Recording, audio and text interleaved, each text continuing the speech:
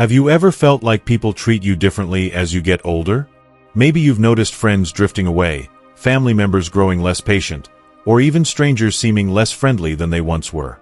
It's frustrating, even painful, to feel pushed aside, especially when you know you still have so much to offer. But what if I told you that some of this might not just be about them, but about you too? In this video, we're diving into 6 subtle habits that can make people start resenting you after 70, and how to turn them around. Stick with me until the end, because understanding these 6 things could transform how people see you, how they connect with you, and how much love and respect you receive as you age. Before we begin, I would appreciate it if you like this video. You can help me continue to spread the old age lesson. If you haven't subscribed yet, I recommend you subscribe and turn on the bell so you don't miss any videos. If you like this video, please comment number 1. If you don't like it, comment number 0 to let me know, so I can make a better video for you. Now let's get started. Number 1. Becoming too negative about everything. One of the quickest, yet often unintentional, ways to distance yourself from others is by slipping into a pattern of relentless negativity. Life is undeniably challenging, and by the time you've reached your 70s, or even earlier, you've likely encountered a wide array of difficulties. Declining health, financial uncertainties, strained relationships, unmet expectations from family, or frustrations with a rapidly changing society. These struggles are real, valid, and significant. They shape who you are and how you see the world. But when every interaction you have transforms into a platform for airing grievances or cataloging everything that's gone wrong, it begins to wear on those around you.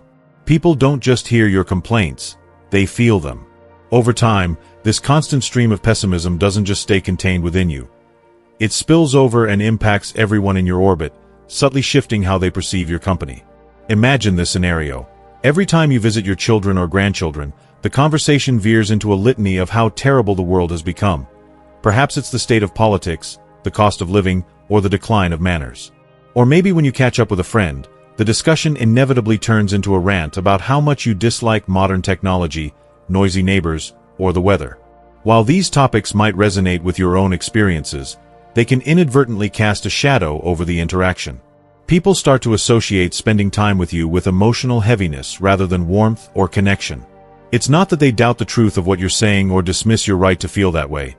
It's that the unrelenting focus on what's wrong leaves them feeling drained instead of inspired. Eventually, they might start finding excuses to shorten visits or delay returning calls, not because they don't love you, but because they dread the emotional toll of leaving the conversation feeling worse than when they started. This isn't about pretending everything is perfect or forcing yourself into an unnatural state of cheerfulness. No one expects you to plaster a fake smile over genuine frustrations. Life's hardships deserve to be acknowledged. But there's a delicate balance to strike. If negativity becomes your default lens, it can overshadow the good moments and alienate the very people you want to stay close to. Think about your own experiences. How do you feel after spending time with someone who only highlights problems? Be it their aches and pains, the latest news horror, or endless critiques of others.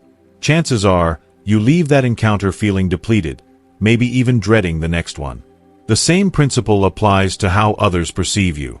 People are naturally drawn to those who, even amidst life's messiness, can offer a glimmer of light, whether that's humor, insight, or simple appreciation for something small. So, how can you shift this dynamic without betraying your authentic self? It starts with awareness. Pay attention to the tone and content of your conversations. If you catch yourself launching into a complaint right off the bat, say, about the traffic on the way over or the latest bill that shocked you, pause for a moment. Ask yourself, is this the energy I want to bring into this space? Is this how I want others to remember this interaction? You don't have to suppress your feelings, but try weaving in something lighter to balance the scales. Share a funny observation from your day, like the quirky thing your neighbor's dog did, or mention an interesting tidbit you heard, like a fact about a local landmark. Even a small compliment, "You've got a great eye for decorating this place," can shift the mood. These don't erase the tough stuff, but they create a more inviting atmosphere. The goal isn't to become someone you're not. It's to ensure your interactions leave room for connection rather than exhaustion. People don't pull away because they don't care about you. They pull away because they're protecting their emotional energy. By being mindful of the balance between venting and uplifting, you can foster conversations that leave both you and others feeling enriched rather than depleted. A little intentionality can transform how people experience your presence, ensuring they walk away eager for the next chat rather than relieved it's over. If you're still watching this video and finding these insights valuable, please comment number 1 below to let me know you're here. And if you haven't subscribed yet, I recommend you subscribe and turn on the bell so you don't miss any videos. Your support helps us continue creating good content to inform and inspire you. Now, let's move forward. Number 2. Giving unwanted advice or criticism. As you age, you accumulate a wealth of hard-earned wisdom. By your 70s, or even well before, you've witnessed decades of life's ups and downs. Economic booms and busts, shifting cultural norms, and countless personal triumphs and missteps. You've seen people stumble into the same traps you once did, or perhaps avoided, and you've learned valuable lessons along the way. About money, relationships, health, or simply how to navigate a complicated world. It's only natural to want to share that knowledge, especially with those you care about, like your children, grandchildren, or close friends. You might hope to spare them pain or help them succeed where you struggled. But here's where the challenge arises. When your insights come uninvited, they often land not as helpful guidance but as unwelcome judgment, no matter how well-meaning your intentions. This dynamic is especially pronounced with younger family members. Picture your adult child managing their finances in a way you see as short-sighted, or your grandchild raising their kids with methods you find baffling, maybe too lenient or overly reliant on screens. Your instinct might be to step in with a firm, "You should be saving more," or "In my day, we didn't let kids stare at tablets all day." You're trying to protect them, to pass down what you've learned. But to them, it can feel like you're questioning their competence or dismissing their choices, rather than trusting them to figure it out. Even if your advice is spot on, the delivery matters. Unsolicited input often carries an unspoken message, "I don't think you're doing this right." That sting can build resentment over time. It's not just family where this happens. Friendships can feel the strain too. Maybe you notice a friend indulging in unhealthy habits, like eating fast food too often, or spending money recklessly on things you deem frivolous. You might say, "You really ought to cook more at home, it's better for you," or "Why waste cash on that when you could save it?" In your mind, you're being supportive, offering a nudge toward a better path. But to them, it might sound like a lecture, an implication that they're failing at life. No one enjoys feeling like they're under a microscope, even if the critique comes from a place of love. Over time, if every chat with you feels like a subtle or not-so-subtle correction session, people might start dodging those interactions altogether. They'll associate you with discomfort rather than camaraderie. So, what's the alternative? The key is restraint and respect for their autonomy. As tempting as it is to dispense your wisdom freely, hold back unless it's explicitly requested. If your daughter doesn't ask for parenting tips, assume she's navigating it her way. If your friend doesn't seek your budgeting advice, trust they'll reach out if they need it. Waiting for an invitation doesn't diminish your value. It shows confidence in their ability to ask when they're ready. And when they do ask, they'll be far more receptive because they've opened the door themselves. That said, there's room to share your perspective thoughtfully. The trick is to offer rather than impose. Adopt a simple habit. Ask permission before advising. Instead of declaring, "You shouldn't spend so much on takeout," try, "I've picked up a few tricks for saving money over the years. Would you like to hear them?" If they say yes, you've got a green light to share. If they say no, respect it and move on. It's a subtle shift, but it transforms the exchange from a potential confrontation into a collaborative moment. You might also weave your insights into stories rather than directives. Say, "I remember when I used to overspend, and cutting back changed everything for me," and leave it there. They can take it or leave it without feeling cornered. The bottom line is this: people don't reject advice because they don't value your experience. They reject it when it feels like judgment in disguise. By respecting their independence and timing your input carefully, you position yourself as a resource, not a critic. That way, when they do turn to you, it's because they trust your voice, not because they feel obligated to endure it. A little tact can keep your relationship strong and your wisdom welcome. Number 3. Refusing to adapt to change. The world is in a constant state of flux. It always has been, and it always will be. Seasons shift, societies evolve, technologies advance, and cultural norms transform. Yet one of the most significant missteps people tend to make as they age is digging in their heels against this inevitable tide of change rather than learning to flow with it. It's a relatable impulse. After decades of life, you've built a foundation of traditions, values, and routines that feel familiar and comforting, like a well-worn pair of shoes. But when those things start to fade or shift, replaced by new ways of living that feel foreign or even threatening, it's tempting to cling to the past. The problem is, when you refuse to adapt, you don't just isolate yourself from the world as it is.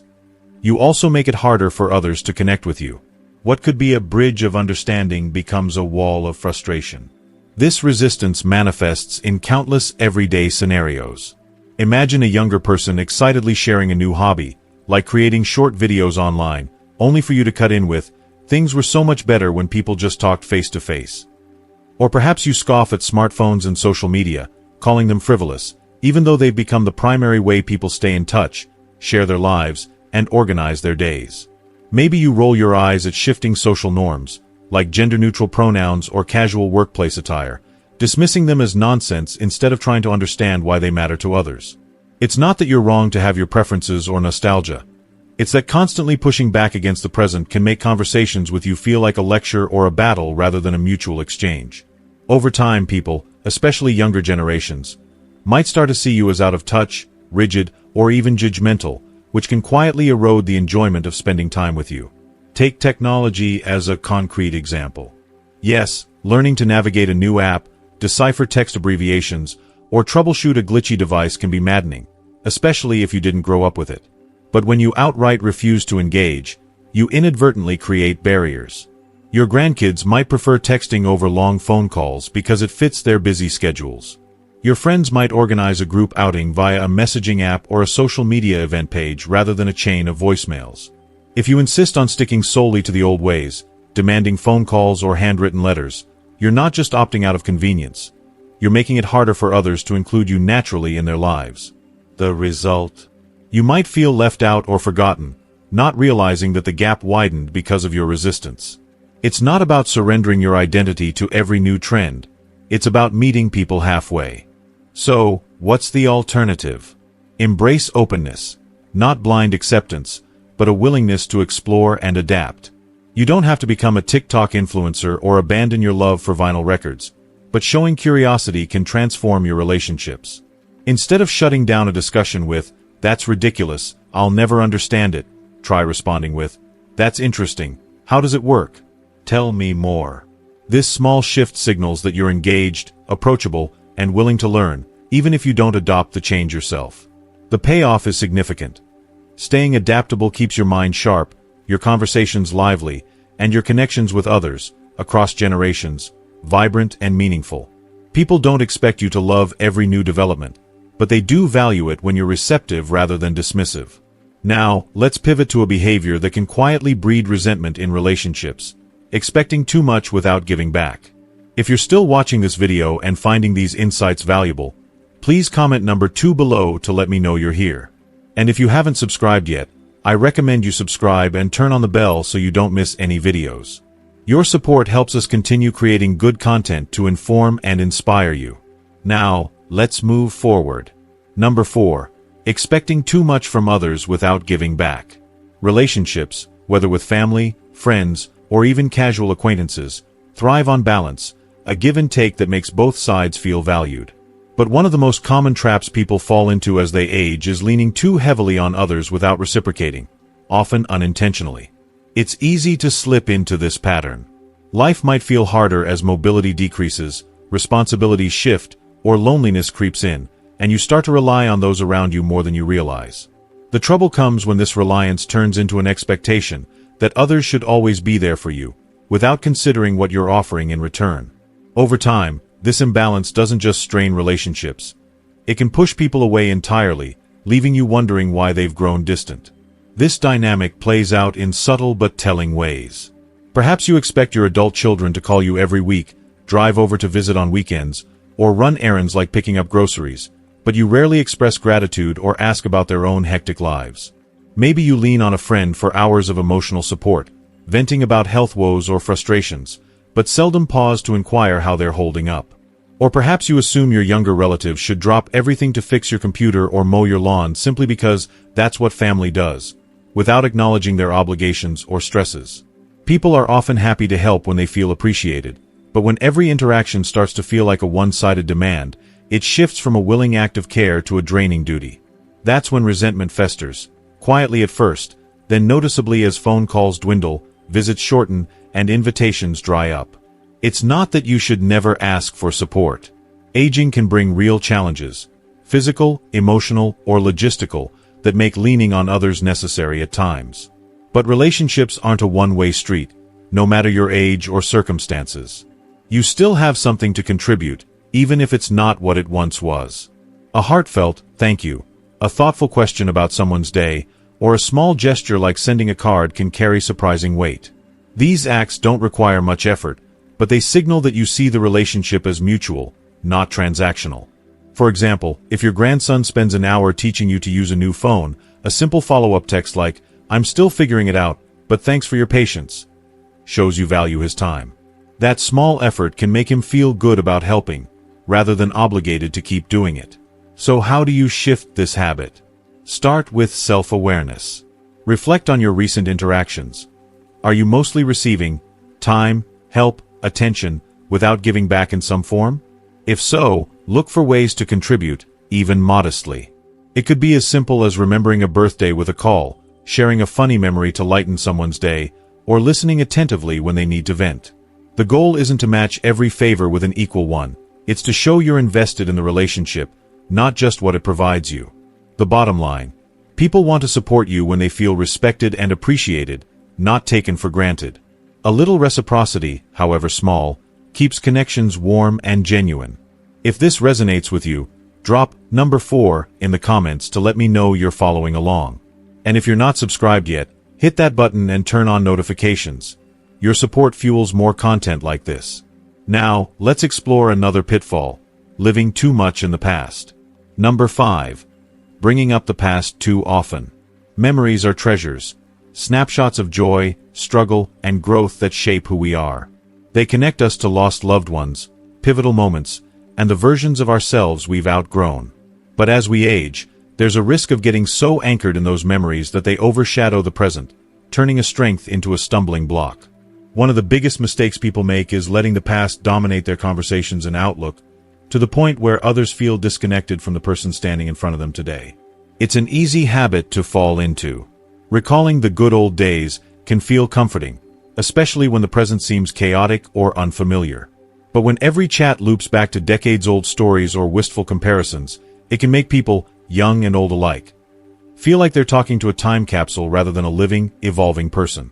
Picture this: a teenager shares excitement about a new video game, only for you to counter with, "When I was your age, we played outside all day, no screens needed." Or a friend mentions a recent trip, and you pivot to a tale about a vacation you took 30 years ago, told for the umpteenth time. It's not that these stories lack value. Many are rich with wisdom or humor, but when they're the default, they can drown out the chance for fresh connection. For younger people, it might feel like their lives don't measure up because they didn't experience your era's hardships or simplicities. For peers, it can turn talks into a rerun reel, predictable and stale. Over time, this habit signals that you're more comfortable reminiscing than engaging with the here and now, which can leave others hesitant to share their own stories or invite you into their current world. How do you break this cycle? It's about balance, not erasure. You don't need to bury your past, it's part of you, but pair it with presence. If a memory surfaces, share it briefly, then toss the ball back. That reminds me of a camping trip I took in '85, crazy weather. What about you? Any fun trips lately? This keeps the exchange dynamic. Or if you catch yourself retelling a familiar tale, pause and ask yourself, does this add to the moment, or am I just filling space? Better yet, seek out new experiences. Small ones, like trying a new cafe or asking someone about their day, to weave into your narrative. The bottom line: the past should enrich conversations, not eclipse them. People crave connection with who you are now, not just who you were. By blending yesterday with today, you keep relationships vibrant and relevant. If you're still watching this video and finding these insights valuable, please comment number 3 below to let me know you're here. And if you haven't subscribed yet, I recommend you subscribe and turn on the bell so you don't miss any videos. Your support helps us continue creating good content to inform and inspire you. Now, let's move forward. Number 6. Not respecting boundaries in personal space. As we move through life, our relationships, with family, friends, neighbors, shift in shape and texture. What doesn't change, though, is a universal need for personal space and autonomy, no matter how old we get. Yet one of the most overlooked mistakes people make as they age is assuming their status, be it as an elder, a parent, or a longtime friend, grants them unlimited access to others' time, energy, or privacy. It's rarely malicious. Often, it stems from habit or a longing to stay close. But when you overstep boundaries, physical or emotional, you risk turning affection into tension, prompting people to pull back in ways that can feel like rejection if you don't spot the pattern. This shows up in all sorts of ways. Maybe you call your kids daily and get upset if they don't pick up right away, not considering their work or family demands. Perhaps you swing by a friend's house unannounced, expecting a warm welcome, when they're mid-project or just craving solitude. Or you might pry into personal matters, asking a niece about her dating life or a son about his finances, assuming your role gives you a pass, when they'd rather keep it private. People rarely voice their discomfort directly. Instead, they distance themselves. Fewer calls returned, shorter visits, vaguer updates. You might chalk it up to them being too busy, but often it's a quiet defense of their space. Emotional boundaries matter too. If you habitually offload your worries, health scares, loneliness, regrets, onto the same person without checking if they're up for it, they might start dodging you. Everyone carries their load, and while sharing is healthy, monopolizing someone's emotional bandwidth can wear them thin. So, what's the fix? Mindfulness and respect. Before reaching out, ask, am I honoring their time and limits? If someone declines a visit or sets a boundary, like, I'd rather not discuss that, accept it gracefully, not as a personal slight. Small adjustments, like texting to confirm a call or visit, show you value their autonomy. The bottom line, relationships flourish when boundaries are mutual. Respecting others' space, physical and emotional, keeps them eager to stay close, not obliged to. That's it for today's video, folks. Getting older doesn't have to mean losing the people you care about, and now you've got the tools to keep those connections strong. I'd love to hear from you. What have you learned so far? Drop a comment below with one thing that stood out to you and how you plan to put it into practice in your life. Your thoughts inspire us and others. If you like this video, please leave your comment below, and don't forget to like, share, and subscribe to our YouTube channel for more content to inform and uplift you. Thanks for watching, and we'll see you in the next one.